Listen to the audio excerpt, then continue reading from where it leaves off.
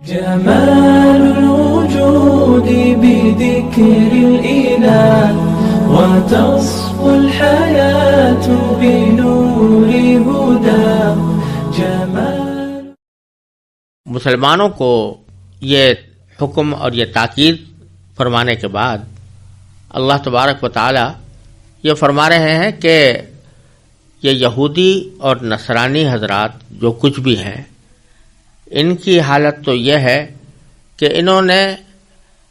اللہ تبارک و تعالی کے اصل احکام کو پس پش ڈالنے کے باوجود اپنے لیے کچھ آرزوئیں جمع کر رکھی ہیں اور یہ سمجھ رکھا ہے کہ بس جنت کے تنہا مستحق تو وہی ہیں اور کوئی بھی جنت کا حقدار نہیں ہو سکتا. چنانچہ اللہ تعالیٰ نے آگے ارشاد فرمایا وقالو، یعنی یہودی اور عیسائی کہتے ہیں کہ لن يدخل الجنت الا من کان ہودا او نصارا، کہ جنت میں سوائے یہودیوں یا عیسائیوں کے کوئی بھی ہرگز داخل نہیں ہوگا. اس کا یہ مطلب بھی ہو سکتا ہے کہ یہودی یہ کہتے ہیں کہ جب تک تم یہودی نہیں ہوگے جنت میں داخل نہیں ہو سکتے، اور نصرانی یہ کہتے ہیں کہ جب تک تم نصرانی نہیں ہوگے جنت میں نہیں داخل ہو سکتے. اور زیادہ تر یہودیوں اور نصرانیوں کا عقیدہ یہی تھا کہ یہودی یہ کہتے تھے کہ جب تک آدمی یہود کے اندر داخل نہ ہو اس وقت تک وہ اللہ تبارک و تعالیٰ کی رضا بھی حاصل نہیں کر سکتا، جنت میں بھی نہیں جا سکتا. اور نصرانی یہ کہتے تھے کہ جب تک آدمی نصرانی یا عیسائی نہ ہو اس وقت تک جنت میں داخل نہیں ہو سکتا. اور یہ بھی ممکن ہے کہ کسی مرحلے پر ان دونوں گروہوں کا آپس میں گٹھ جوڑ ہو گیا ہو مسلمانوں کے خلاف، اور انہوں نے یہ کہنا شروع کر دیا ہو کہ بھئی جنت کے مستحق یا تو یہودی ہیں یا نصرانی ہیں، باقی مسلمان جو اسلام لانے والے ہیں وہ جنت کے مستحق نہیں ہیں. تو دونوں صورتیں ہو سکتی ہیں کہ یہودی یہ کہتے ہوں کہ یہودی ہونے کے بغیر اس جنت میں داخلہ نہیں ہو سکتا، نصرانی یہ کہتے ہو نصرانی ہوئے بغیر جنت میں داخل نہیں ہو سکتے. اور کسی خاص موقع پر یہ بھی ممکن ہے کہ دونوں کے گٹھ جوڑ کے نتیجے میں دونوں نے مل کر یہ بات کہی ہو کہ یا یہودی ہو جاؤ یا نصرانی ہو جاؤ، اس کے بغیر جنت میں داخلہ نہیں ہو سکتا. اب اللہ تبارک و تعالی ان کے اس بے بنیاد دعوے کی آگے تردید فرما رہے ہیں اور فرمایا تلک امانیو، یہ تو محض ان کی آرزوئیں ہیں، اپنے دلوں میں آرزوئیں پکا رکھی ہیں کہ بس جنت کے تنہا حقدار ہم ہیں. قل، نبی کریم صلی اللہ علیہ وسلم سے خطاب کر کے فرمایا جا رہا ہے کہ آپ کہیے کہ ہاتو برہانکم، لے آؤ اپنی کوئی دلیل، ان کنتم صادقین، اگر تم اپنے اس دعوے میں سچے ہو. یعنی یہ جو تم نے کہا ہے کہ جنت میں سوائے یہودی اور نصرانی کے کوئی اور داخل نہیں ہو سکتا، اس کی کوئی دلیل تمہارے پاس ہونی چاہیے، کوئی عقلی دلیل، کوئی نقلی دلیل، کوئی اللہ تبارک و تعالیٰ کا حکم ایسا آیا ہو کہ جس نے یہ بات واضح کی ہو کہ ان دو گروہوں میں سے کے علاوہ کوئی اور داخل نہیں ہوگا. کوئی ایسی دلیل لے کر آؤ. ظاہر ہے کہ ایسی کوئی دلیل ان کے پاس نہیں تھی. اللہ تبارک و تعالیٰ فرما رہے ہیں کہ در حقیقت ان کو جو گھمنڈ ہے وہ اپنے نسلی غرور کے اوپر ہے. یہودیوں کے بارے میں تو یہ بات واضح ہے کہ وہ ایک نسلی مذہب ہے، یعنی ان کا کہنا یہ ہے کہ بنی اسرائیل جو ہیں حضرت یعقوب علیہ السلام کی اولاد، صرف وہی اللہ کے چہیتے، لاڈلے اور محبوب بیٹے ہیں، اور باقی ساری دنیا ان کے مقابلے میں اللہ تعالیٰ کو محبوب نہیں ہے. لہذا اگر کوئی شخص کتنا ہی نیک ہو جائے، کتنا ہی اللہ تبارک و تعالیٰ کا فرما بردار بن جائے، لیکن اگر وہ اس خاندان سے تعلق نہیں رکھتا، اس نسل سے وابستہ نہیں ہے، تو پھر وہ اللہ تعالیٰ کی رضا حاصل نہیں کر سکتا اور جنت کا بھی حقدار نہیں ہو سکتا. اور نصرانی اگرچہ اس درجے میں اپنے مذہب کو نسلی مذہب نہیں قرار دیتے جس درجے میں یہودی قرار دیتے ہیں، لیکن اس کے ساتھ ساتھ وہ یہ سمجھتے تھے کہ صرف بنی اسرائیل ہی کے اندر نبوت اور رسالت منحصر ہے،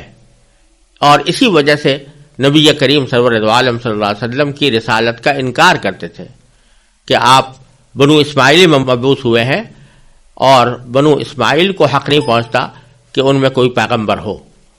یہ بات بھی در حقیقت بالآخر نسلی گھمنڈ پر جا کر منتج ہوتی تھی. تو اللہ تبارک و تعالی آگے اس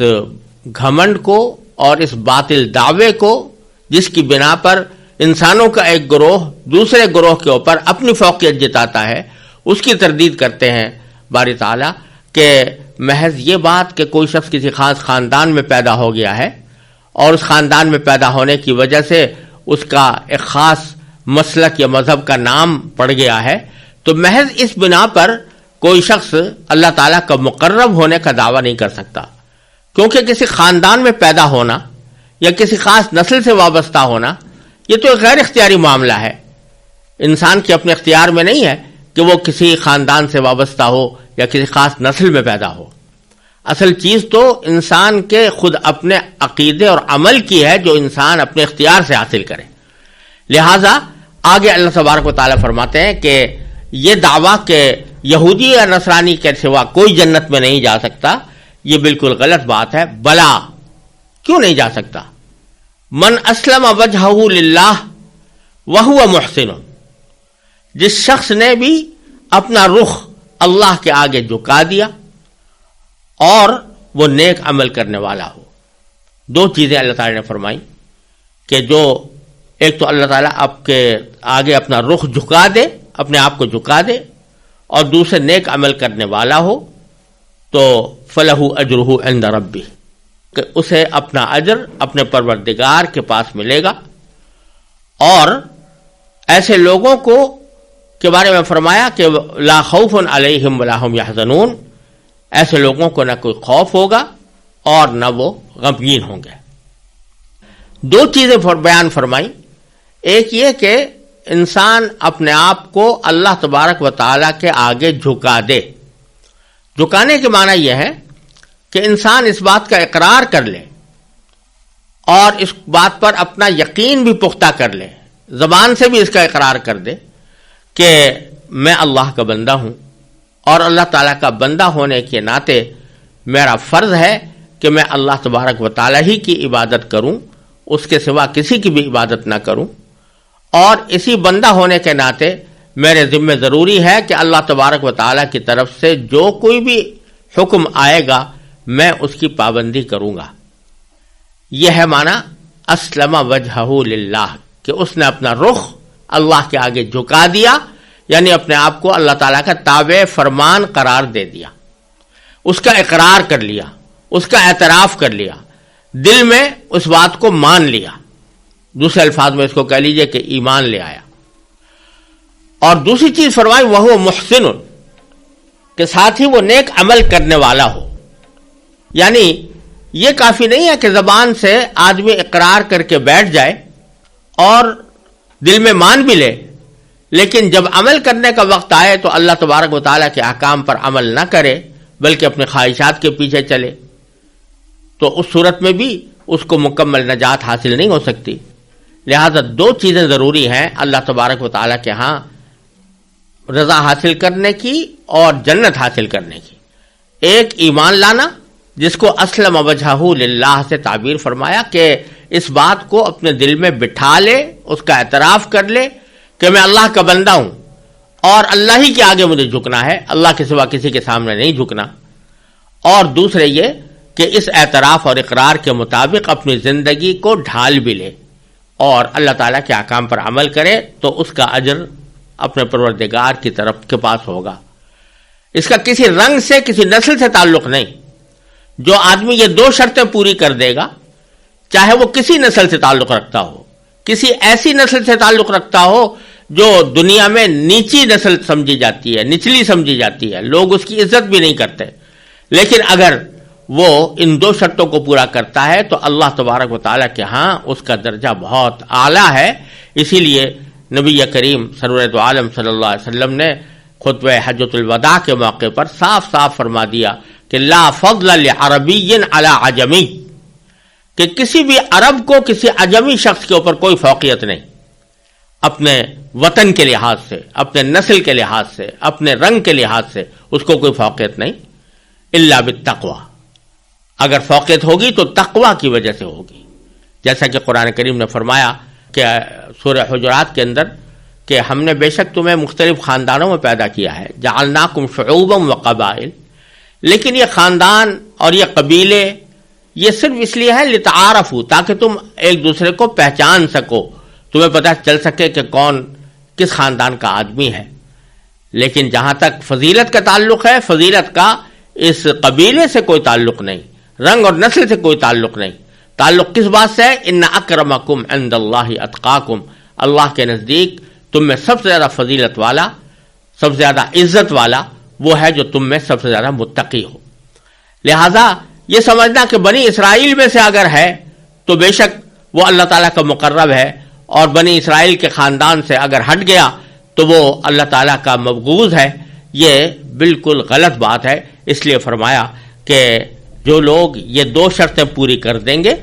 تو ان کا اجر ان کے پروردگار کے پاس ہوگا. اور پھر ایک ایسا جملہ ارشاد فرمایا کہ اس سے جنت کی نعمتوں اور لذتوں کا ایک تصور اگر انسان قائم کرے تو یہ تنہا یہ لذت اور یہ نعمت بھی انسان کے لیے بہت عظیم نعمت ہے. کیا کہ لا خوف علیہم، نہ ان کے اوپر کوئی خوف ہوگا، ولا ہم یحزنون، اور نہ وہ غمگین ہوں گے. خوف ہوتا ہے آئندہ کے کسی واقعے کا، اندیشہ ہوتا ہے کہ مجھے کوئی چوری نہ کر لے، کوئی مجھے لوٹ نہ لے، کوئی دشمن میرے اوپر حملہ آور نہ ہو جائے، کوئی میری عزت نہ خراب کر دے. اس قسم کے خوف انسان کو اپنے مستقبل کے بارے میں اور آئندہ آنے والے زمانے کے بارے میں ہوا کرتے ہیں، اور کوئی بھی فرد اس دنیا میں اس خوف سے خالی نہیں. کتنا ہی بڑا صاحب اقتدار ہو، بادشاہ ہو، حکمران ہو، سرمایہ دار ہو، دولت مند ہو، لیکن کچھ نہ کچھ خوف اس کو ضرور لگا رہتا ہے. کھانا کھا رہا ہے تو اس بات کا خوف ہے کہ کہیں یہ کھانا مجھے بیمار نہ کر دے. اگر اقتدار میں ہے تو اس بات کا خوف لگا ہوا ہے کہ کوئی دشمن آ کر مجھ سے اقتدار چھین نہ لے. کوئی اور نعمت اور لذت حاصل کر رہا ہے تو یہ خوف لگا ہوا ہے کہ یہ لذت کچھ دیر کے بعد ختم ہو جائے گی. لیکن آخرت میں کوئی خوف نہیں ہوگا. اللہ تبارک و تعالیٰ کے یہاں پہنچنے کے بعد اور جنت کے اندر داخل ہو جانے کے بعد کوئی خوف نہیں، کسی چیز کا خوف نہیں. نہ یہ اندیشہ کہ یہ نعمتیں مجھ سے چھن جائیں گی، کیونکہ اللہ تعالیٰ نے فرما دیا کہ خالدین فیہا ابدا. نہ یہ خوف کہ میں مر جاؤں گا، نہ یہ خوف کہ مجھے کوئی دشمن نقصان پہنچا دے گا، اور سب سے بڑی بات یہ کہ یہ بھی خوف نہیں کہ اللہ تعالیٰ مجھ سے ناراض ہو جائے گا، کیونکہ رضی اللہ عنہم ورضوا عنہ، قرآن کریم نے فرمایا کہ جنت والوں سے اللہ تعالیٰ ہمیشہ کے لیے راضی ہو گیا اور کبھی اس کو ان کے اوپر ناراض نہیں ہوگا. تو یہ خوف نہ ہونا یہ اتنی بڑی نعمت ہے جو انسان کو دنیا میں حاصل ہو ہی نہیں سکتی، خواہ کتنا ہی بڑا مالدار بن جائے، کتنا بڑا حاکم بن جائے، کتنا بڑا صاحب اقتدار بن جائے، لیکن خوف سے نجات اس کو کبھی حاصل نہیں ہو سکتی. جنت کے اندر اللہ تبارک و تعالیٰ فرماتے ہیں کہ خوف مٹ جائے گا. تو آپ ذرا اس زندگی کا تصور کیجئے کہ جس میں انسان کو کوئی ادنا خوف بھی نہ ہو، کوئی ادنا اندیشہ بھی نہ ہو. وہ کیسی لذیذ اور کیسی عظیم الشان زندگی ہوگی جس میں انسان کو کوئی اندیشہ نہیں. اور دوسری بات یہ کہ ولا ہم یحزنون، وہ غمگین بھی نہیں ہوں گے. غم ہوتا ہے عموماً ماضی پر، یعنی پچھلے کسی واقعے پر غم ہوتا ہے کہ مثلا کسی کے عزیز کا انتقال ہو گیا، اس پر غم ہے،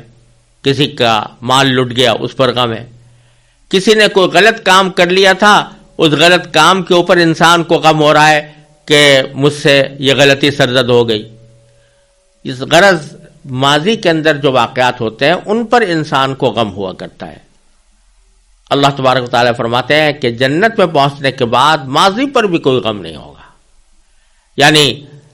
ساری زندگی دنیا میں جو گزری اس میں جو غم والے واقعات پیش آئے تھے وہ اگر انسان یاد بھی کرے گا تو اس کا بھی کوئی غم اس لیے نہیں ہوگا کہ ان غموں کی زندگی کے اوپر اللہ تعالیٰ نے جو اجر عطا فرمایا ہے آخرت میں، تو اس اجر کی وجہ سے وہ سوچے گا کہ یہ غم تو میرے لیے ایک نعمت ہے۔ چنانچہ ایک حدیث میں آتا ہے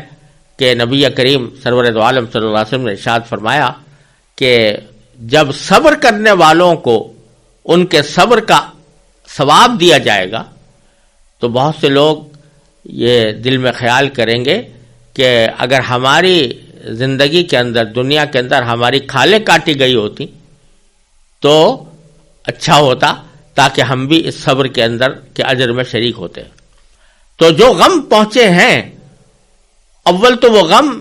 آخرت کی زندگی میں جانے کے بعد بے حقیقت معلوم ہوں گے، کیونکہ یہ ایسا ہی غم ہوگا جیسے کہ آج کل ہم اپنے بچوں کو دیکھتے ہیں بڑے ہونے کے بعد کہ ان سے اگر کوئی چھوٹا سا کھلونا بھی چھین لے تھوڑی دیر کے لیے تو ان کو بڑا سخت صدمہ ہوتا ہے، رونے چلانے لگتے ہیں۔ اور بڑے لوگ جو ہیں وہ سمجھتے ہیں یہ کوئی ایسی بات تو نہیں تھی کہ اس کے اوپر رویا چلایا جائے۔ بڑے ہو کر اس عمل پر لوگ ہنستے ہیں۔ اسی طرح اگر دنیا میں کسی کی جائیداد چھین لی گئی اور اس کے اوپر دنیا میں اس کو غم ہوا، جب آخرت میں پہنچے گا تو اس کو وہ غم ایسا ہی معلوم ہوگا جیسے کسی بچے سے کھلونا چھین لینے کا غم ہوتا ہے۔ تو اول تو وہ غم بے حقیقت معلوم ہوگا، دوسرے اس کے اوپر اللہ تعالیٰ نے جو اجر و ثواب عطا فرمایا آخرت میں، اس اجر و ثواب کی وجہ سے انسان اس غم کو بھی یہ سمجھے گا کہ یہ تو حقیقت میں میرے لیے ایک نعمت تھی اور اس کے بدلے میں اللہ تعالیٰ نے مجھے بہت کچھ عطا فرما دیا، لہذا کوئی غم بھی نہیں ہوگا۔ تو آپ اس زندگی کا تصور کریں جس میں نہ ماضی کا کوئی غم ہے اور نہ مستقبل کا کوئی اندیشہ اور خوف ہے۔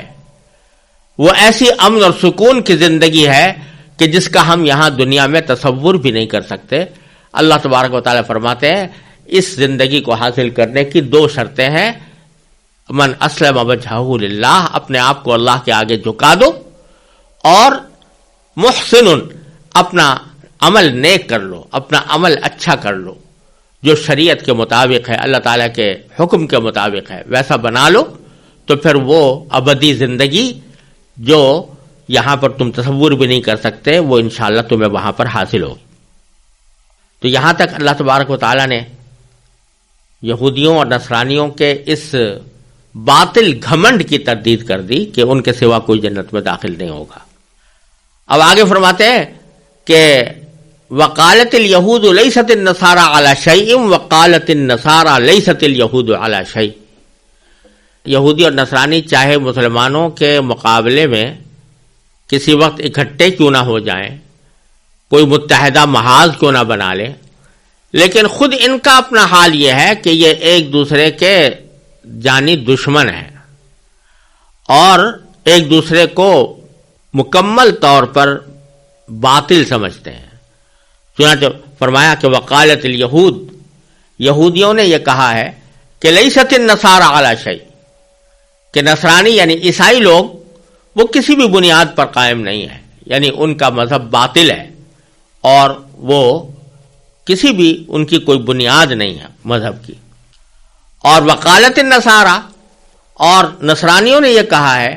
کہ لیست الیہود علی شیء، یہودی لوگ جو ہیں وہ کسی بھی بنیاد پر نہیں کھڑے ہوئے، یعنی ان کا مذہب بھی بالکل باطل ہے، تو ایک دوسرے کو باطل قرار دیتے ہیں۔ وہم یتلون الکتاب، حالانکہ ایک کتاب ہے جس کی یہ دونوں تلاوت کرتے ہیں، اس سے مراد ہے تورات، کیونکہ تورات کو یہودی بھی تسلیم کرتے ہیں اور عیسائی بھی تسلیم کرتے ہیں، تو ایک ہی کتاب کی دونوں تلاوت کر رہے ہیں، لیکن اس کے باوجود ایک دوسرے کو باطل سمجھتے ہیں، ایک دوسرے کو کافر سمجھتے ہیں، ایک دوسرے کے خلاف سفارا بھی ہوتے ہیں اور ایک دوسرے کے خلاف کارروائیاں بھی کرتے ہیں اور ایک دوسرے کو باطل بھی سمجھتے ہیں۔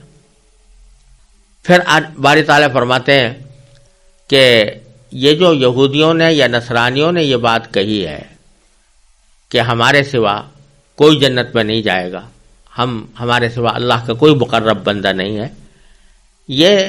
صرف انہی کے ساتھ خاص نہیں ہے، بلکہ جو مشرکین ہیں بت پرست،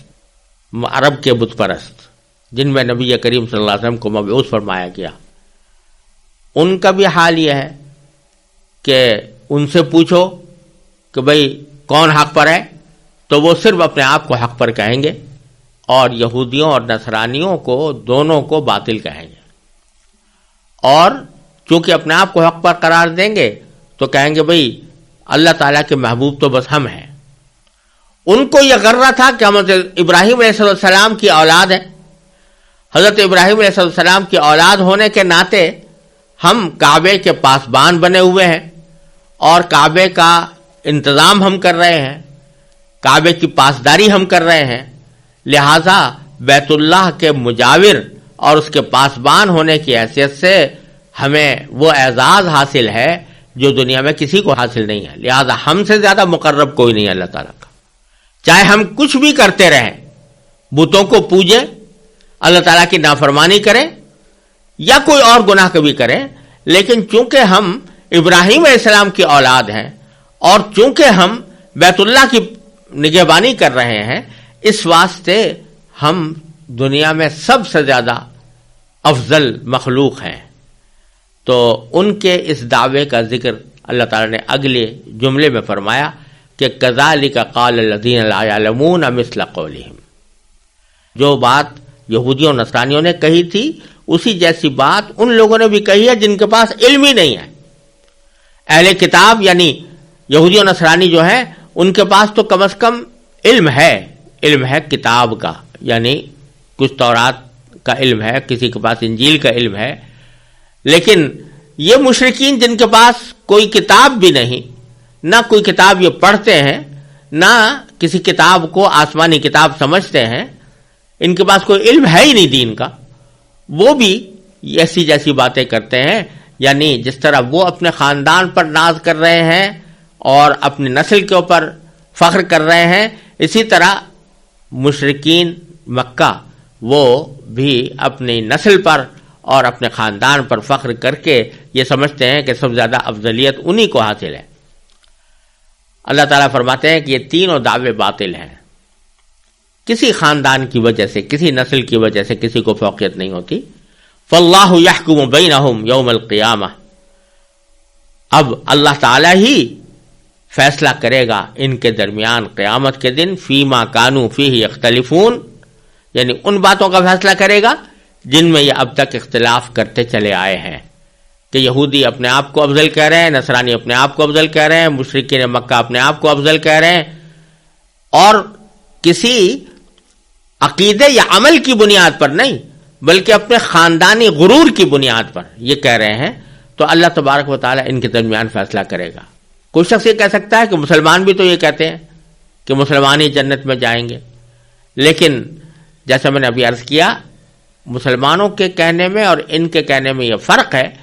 کہ ان کے کہنے کی بنیاد تھی نسلی غرور، اور یہ خیال کہ ہم جس خاندان میں پیدا ہوئے ہیں وہ اللہ تعالیٰ کا چنا ہوا خاندان ہے، اور ہم عمل کے اعتبار سے کیسے بھی ہوں ہم اللہ کے مقرب اور محبوب بندے ہیں۔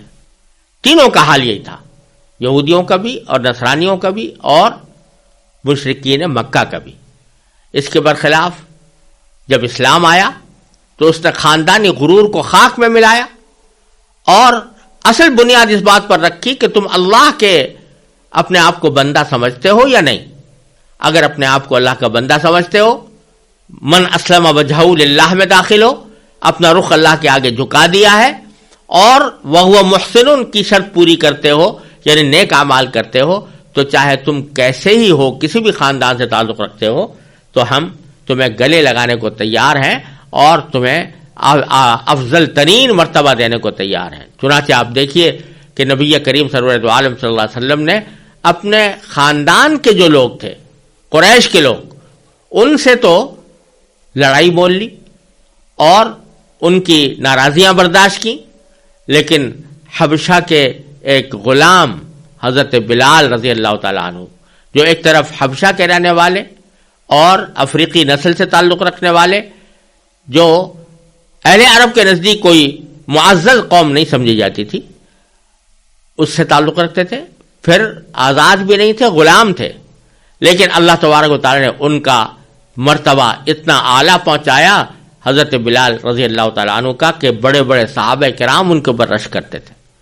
تو بتلانے یہ منظور ہے کہ رنگ اور نسل کی بنیاد پر کوئی فضیلت حاصل نہیں ہوتی. اصل بات یہ ہے کہ اللہ کی توحید پر ایمان رکھا جائے اور اللہ تعالیٰ کے اوپر ایمان رکھنے کے بعد اللہ تعالیٰ کے احکام کے مطابق اپنی زندگی گزاری جائے. یہ شرطیں پوری ہو جائیں تو پھر تمہارے لیے جنت ہی جنت ہے، خوشحالی ہی خوشحالی ہے.